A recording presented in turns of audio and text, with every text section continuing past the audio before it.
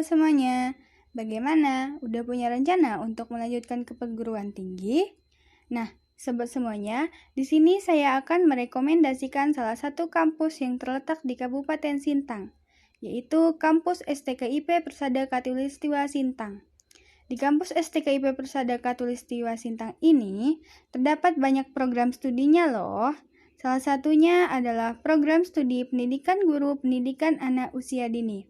Sobat semuanya jangan ragu ya untuk mendaftar pada program studi ini. Karena sudah terakreditasi baik loh. Sarana dan prasarananya juga sudah lengkap. Dan tentunya dosen-dosennya juga berkualitas semuanya. Tunggu apa lagi? Mari bergabung bersama kami di program studi pendidikan guru pendidikan anak usia dini. Untuk info lebih lanjut, silakan klik link di bio. Terima kasih.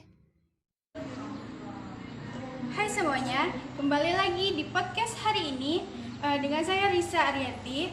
Di sini saya mengundang teman kita dari kampus STKIP Persada Katulistiwa. Baik, silahkan Kak, masuk.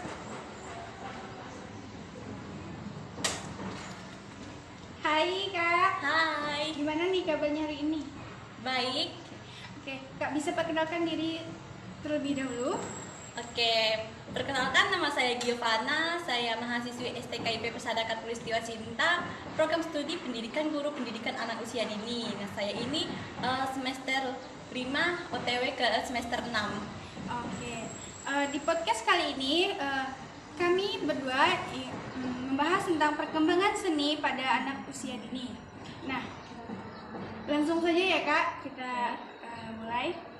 Di sini saya akan bertanya kepada Kak Gio tentang apa sih perkembangan seni terhadap anak usia dini. Perkembangan seni anak usia dini ini adalah kegiatan dalam mengekspresikan imajinasi, daya kreativitas yang ada pada diri anak, serta keterampilan teknik untuk menciptakan karya yang memiliki fungsi personal dan sosial. Oke. Pertanyaan yang kedua nih Kak, tujuan pembelajaran seni pada anak usia dini itu apa aja sih? Nah, tujuan pembelajaran perkembangan seni pada anak usia dini ini ada 3, yaitu yang pertama adalah menstimulus perkembangan pertumbuhan ide-ide imajinatif dan pertumbuhan mengungkapkan berbagai gagasan yang kreatif. Nah, yang kedua itu meningkatkan perkembangan anak pada motorik halus dan juga motorik kasar. Yang ketiga ini adalah memperoleh pengetahuan dan pemahaman berbagai macam di seni. Oke. Bisa Kakak kasih contoh yang bagian meningkatkan perkembangan motorik halus pada anak usia dini? Tujuan meningkatkan perkembangan motorik halus itu misalnya anak itu belajar meronce, seperti anak itu membuat gelang ataupun kalung, di mana anak itu akan memasukkan benang-benang itu ke dalam manik-manik. Nah, tadi kan kita berbicara tentang tujuannya nih. Sekarang apa aja sih manfaat dari kegiatan pembelajaran perkembangan seni untuk anak usia dini? Manfaat seni itu ada terbagi menjadi 4. Yang pertama itu adalah anak belajar mengekspresikan diri seperti mewarnai, menggambar, bernyanyi, dan juga menari. Hal tersebut bisa menjadi sarana untuk anak dalam mengekspresikan emosinya melalui kegiatan tersebut. Mereka akan menyampaikan apa yang mereka pikirkan dan juga imajinasi mereka tuangkan dalam bentuk sebuah seni. Yang selanjutnya itu melatih fokus pada anak. Nah, anak akan fokus ketika mereka melaksanakan kegiatan tersebut. Seperti mereka akan menggambar apa sih? Misalnya itu menggambar pemandangan. Nah, mereka itu akan fokus dengan apa yang mereka kerjakan. Selanjutnya itu membantu anak dalam bersosialisasi. Seperti anak-anak itu uh,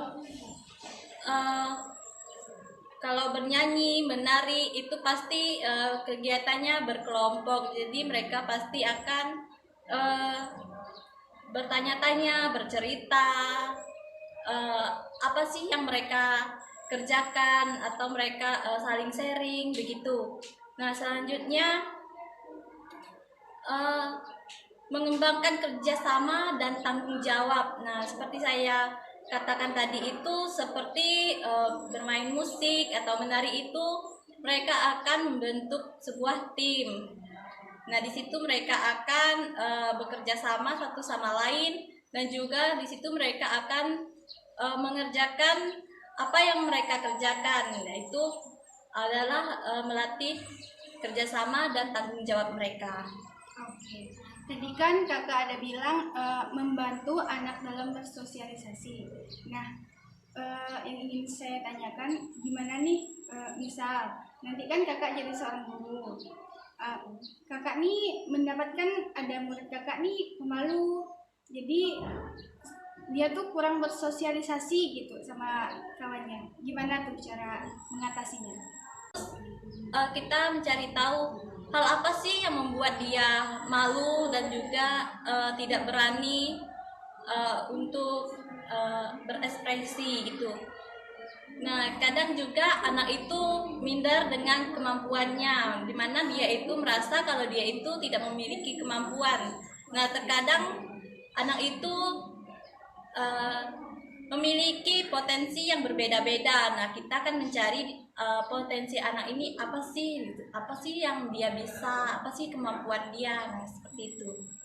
Intinya tuh kita mendekati terlebih dahulu gitu ya kan? Iya. Anak didik kita.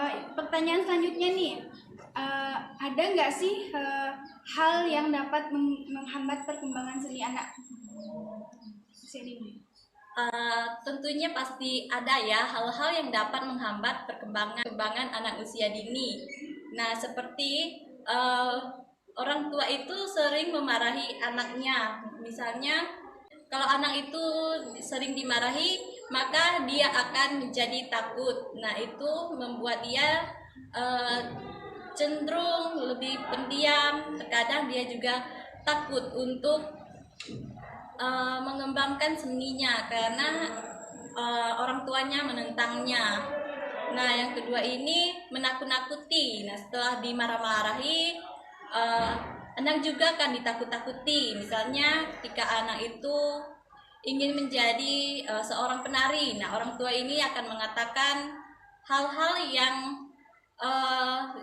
yang bersifat negatif. Misalnya ketika akan berlatih nari nih, orang tuanya ini bilang menari ini bisa membuat cedera atau membuat kakinya patah, tulangnya patah. Nah, seperti itu. Nah, selanjutnya itu sering membatasi pilihan anak, di mana anak itu sukanya ke seni, tapi orang tuanya lebih ingin anaknya itu lebih pintar. Misalnya anak itu pengen menjadi penari, tapi orang tuanya itu melarangnya untuk menjadi seorang penari, atau orang tuanya ini menginginkan anaknya menjadi dokter, perawat, dan sebagainya.